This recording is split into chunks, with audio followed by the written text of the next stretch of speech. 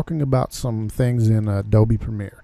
Now, one of the things that you really want to make sure you do is color correction. Color correction is a very extensive process. We're not going to have time to go into it right now, but if you'll just go down to your effects, go to your adjust section, and right now I'm using HD color. Now go down to the effects, click down.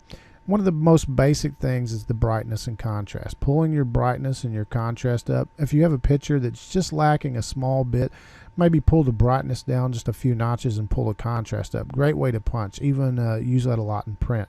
Your saturation, as you can see, you can go all the way to black and white, all the way up to a very oversaturated. Be very careful on saturations, because if your reds are too bright and saturated, then on television it might look really muddy. But you know, you've got your creative license here. You've got your reds, your greens, and your blues, and you can pretty much, between those three colors, pull them up and down and just try to see. Because if you shot your film on video, maybe just regular home video camera, but you want to give it more of a filmish kind of movie, color correction is going to be really a vital part of that.